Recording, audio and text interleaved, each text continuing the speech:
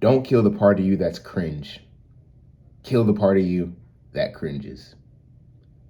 Don't kill the part of you that's cringe. Kill the part of you that cringes. Don't kill the part of you that's cringe. Kill the part of you that cringes.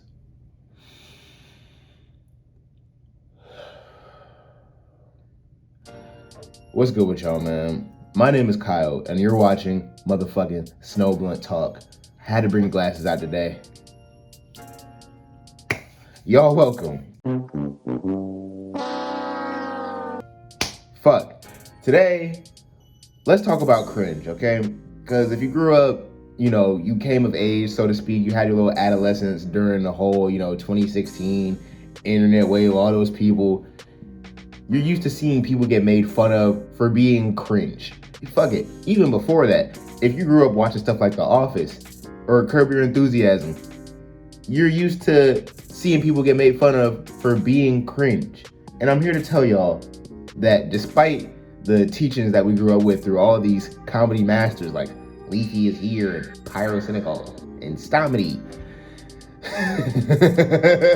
Stomedy. But despite what we learned from all of them, being cringe absolutely is not the worst thing in the world. Actually, the things that we cringe at may be the most enlightening things to ourselves and our lives, especially for us creative people out there. Why do I say this? Well, because here's a video of me inebriated dancing.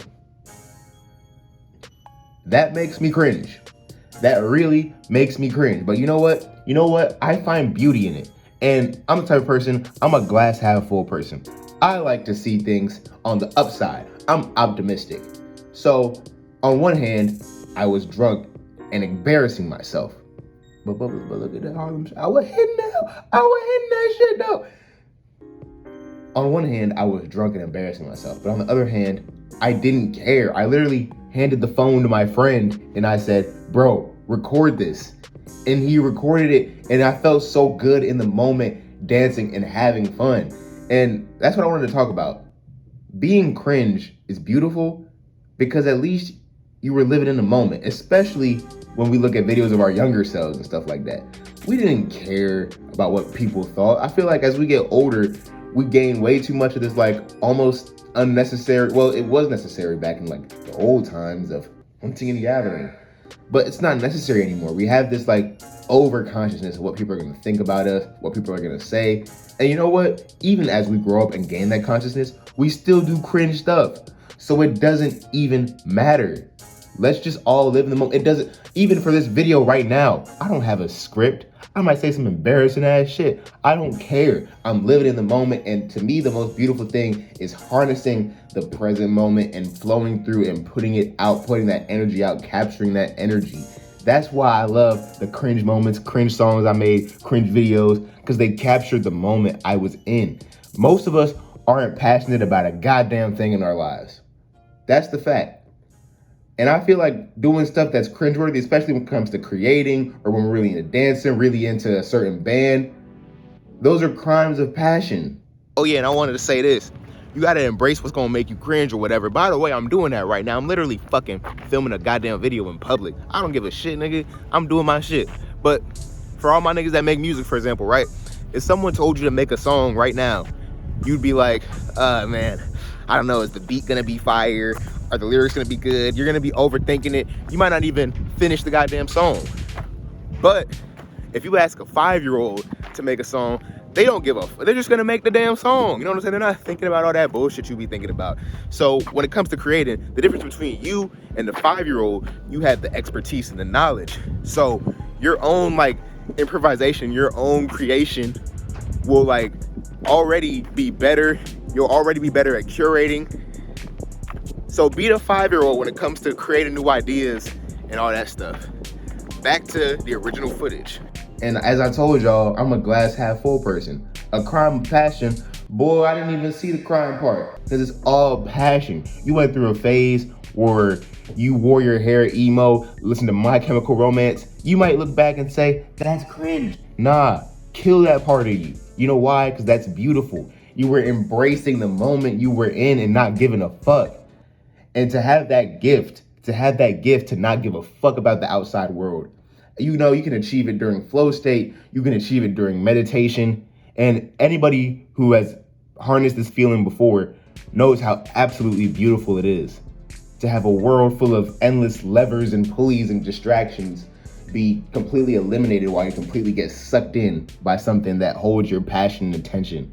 In a world full of fucking social media, this, TikToks, that, well, I like to call it TikTok, dick. In a world full of all that bullshit, at least at one point in your life, you had something that completely took up all your attention and you dedicated yourself to it. And there's so much beauty in that. A lot of people would find that stuff cringe. I had an Odd Future phase. I had a little bit of Eminem phase. But you know what? I'm glad I let something encapsulate me so much so that I was outside of myself. For once, I was outside of my ego and just completely enjoying what I had, you know, in front of me, or what I had. I was completely dedicating this self that I made up to like a movement, to a feeling. And it felt great because I finally got to be like consumed by something. And that's a beautiful thing, because most of us are living the hustler life. We don't know what to do with our lives. For once, wouldn't you like to be completely consumed by something? To just forget everything else and just completely lose yourself in something? And by lose yourself, I mean lose your ego, lose this goddamn self that you made up in your head that has all these stupid traits to uphold, like stats in a goddamn RPG. Wouldn't you love that? Wouldn't you love to be that drunk dude dancing, doing a Harlem Shake in front of a bunch of people, not giving a fuck what they think about him? Because y'all might find that clip powerful. Honestly, it was hard for me to even put it in this video. But you know what? I'm going to claim it, because I'm killing the part of me that cringes. I'm killing the part of me that sees me having harnessed the moment and lived in it and says, ew, oh my God, I can't believe I wasn't 100% self-conscious and aware of what I was doing in this case that I looked back on it before. Fuck looking back on it. Because the most poignant images and videos of the past where we didn't care what it would look like when we were looking back on it, those are the most true to what that moment was actually like. And that's where the beauty and cringe content is. Case in point, I already kind of did this unexpectedly by putting that video in this video, but this video is actually part one of a trilogy. Because I know I just sit up here and tell y'all about life and shit and act like I'm this big philosopher nigga that knows all this stuff. I definitely don't have all the answers. I'm goddamn 20 years old. I might fucking have none of the answers. Actually, I definitely have none of the answers. So this is part one of 3 of a trilogy where I will be killing the part of me that cringes. For most of my life, I've either been making videos or making music.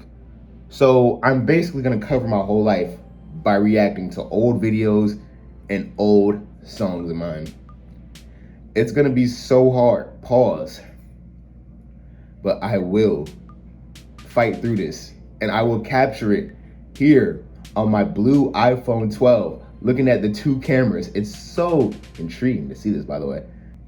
I will do it to prove to you guys that I am a man of my word and I follow everything I be teaching and saying. I will kill the part of me that cringes live and on camera for y'all. And you know what? You can go ahead. I'm giving you full consent to laugh at my pain, because it's going to be a whole lot of pain going on. I will see y'all in part 2 and part 3 of this trilogy. And remember, don't kill the part of you that's cringe. Kill the part of you that cringes.